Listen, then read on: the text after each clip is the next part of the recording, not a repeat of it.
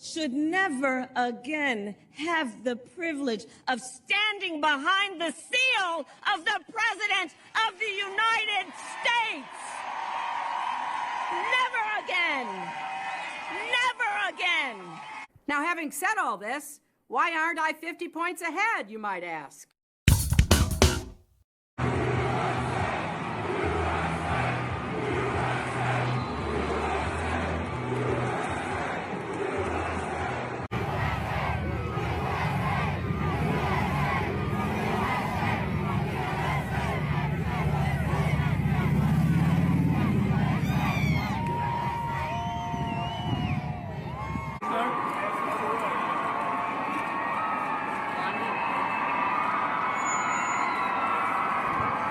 Mr. President, you actually have worked at McDonald's now versus... Now I have worked at McDonald's. I've now worked for 15 minutes more than Kamala. Donald Trump had an amazing weekend, okay? He attended the Pittsburg Steelers game and got a massive response from the crowd. And by the way, if you want to have a random sample of how people feel in Pittsburgh, just go to a Steelers game.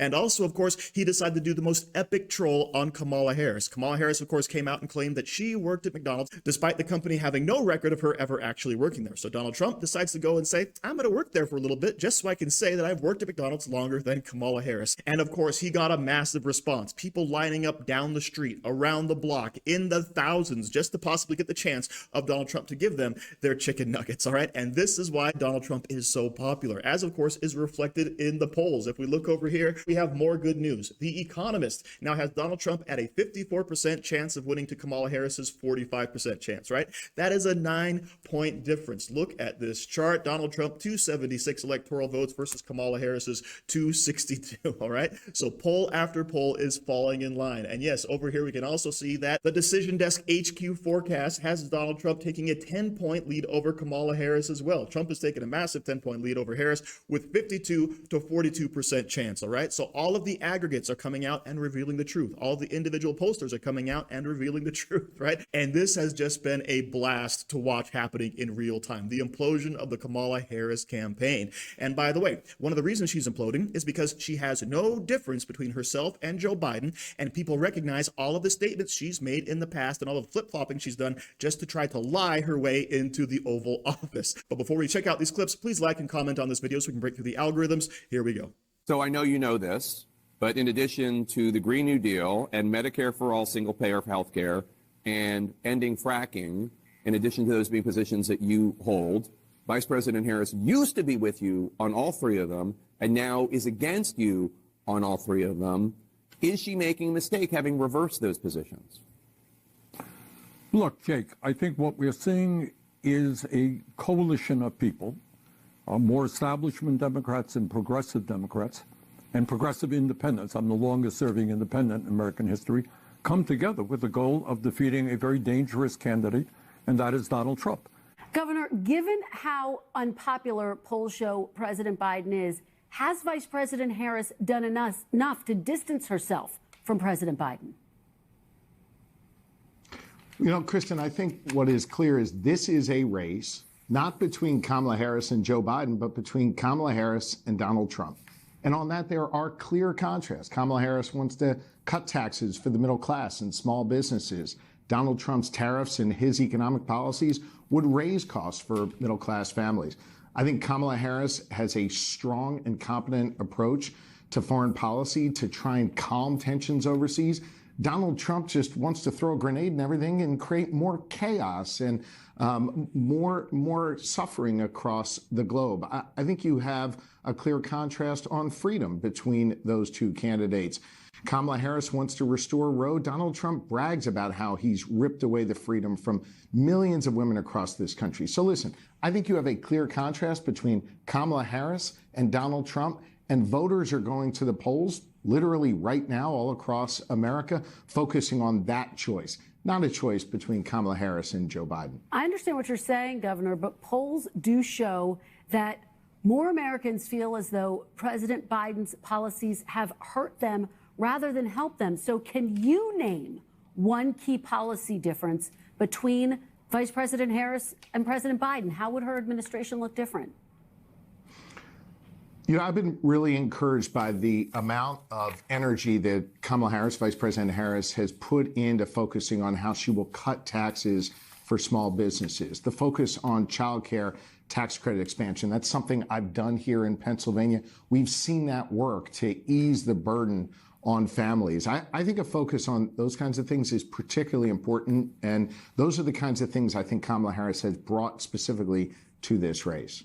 Those aren't necessarily differences, though. They're an expansion or a tweak to some extent to what's been done. Can you name one policy difference? Well, listen, again, the contrast I am focused on, Kristen, is between her and Donald Trump. And on that, I think it is clearly different. I don't want to go back to Donald Trump when he was in charge of this country. Remember the record. I know there's still some people that have maybe a little brain fog. They don't remember what it was like. Under Donald Trump, you had more chaos, you had less jobs, and you had a whole lot less freedom.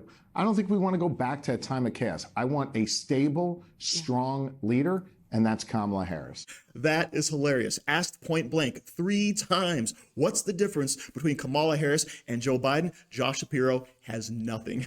Okay. And that, of course, is because she's a leftist Democrat. She wants to do the exact same things that Joe Biden has been doing. And it's not popular with the American people, according to the polling. And that's why they're trying to get her to distance herself, pull away from Joe Biden. But she just can't do it. Now, Bernie Sanders, of course, when confronted with the fact that Kamala Harris has flip-flopped on every single stance she's had on the past, he says, well, you have to understand, we're just trying to win this race. Okay. We understand that Donald Trump is so bad that, yeah, go ahead and put all that stuff aside, say you're not for it, say you're not going to do it just to get elected. And by the way, that's what Democrats always do. They could only win elections by lying about their intentions. And conservatives, on the other hand, win elections by saying exactly what they're going to do. But back to Josh Shapiro, he's saying that people have brain fog about the Trump economy, about Trump's presidency, the chaos.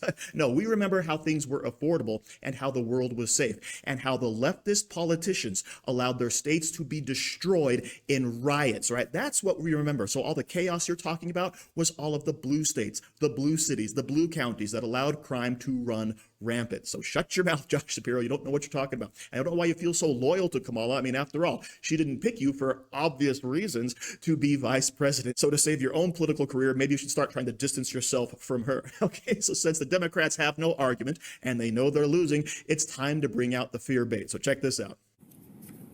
You know, I think that it's wonderful that President Obama is out hitting the trail for democracy, frankly. And what I think is a mistake is to let white folks escape the accountability that they must face for not showing up to save democracy themselves. Like, they want to get mad at presidential candidates, right, when they don't wear a flag lapel pin or they don't see you pledging allegiance to the flag.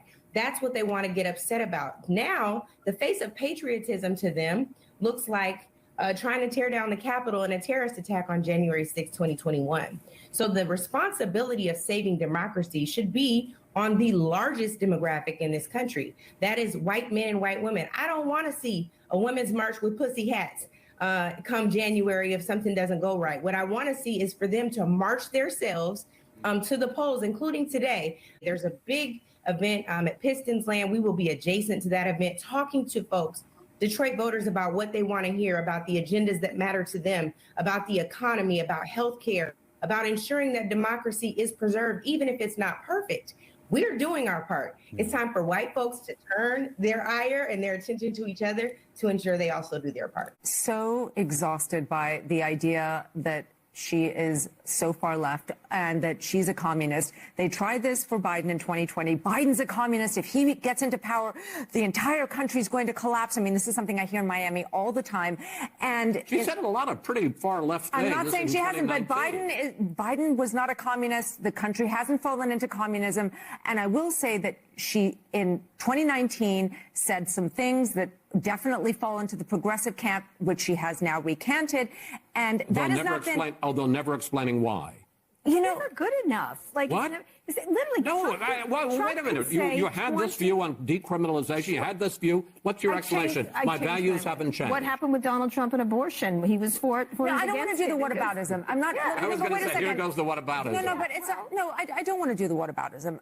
What I want to say is there is a real question about what does Kamala Harris actually believe, and that is, I think, a fair question to be pressed on. I'm not saying that it isn't. What I think is not fair is just the extrapolation from that somehow she is the next sort of, Mao Zedong that's going to come over here. That anybody's saying that, but anyway. If Kamala Harris doesn't win the presidency, it's all those white folks' fault. And in a sense, she's right? White people are the largest voting bloc. But then again, they're also the largest voting bloc for Democrats, particularly white women, all right? But we have to go ahead and take all of the white voters to account if they're not voting the way the leftist Democrats want them to. Oh, and by the way, what about all the Hispanic voters? Do they have to take themselves to task? And the black men, do they have to take themselves to task? Right? These are other groups that are breaking for Donald Trump. Not in the majority, but breaking in that direction, okay? Are they supposed to, of course, stand up and self-flagellate and say, please, elect Kamala Harris. We're sorry for the sins of wanting to have a better economy. No, they're fine. It's just those white folks. And then, of course, you have the Chris Wallace segment on CNN.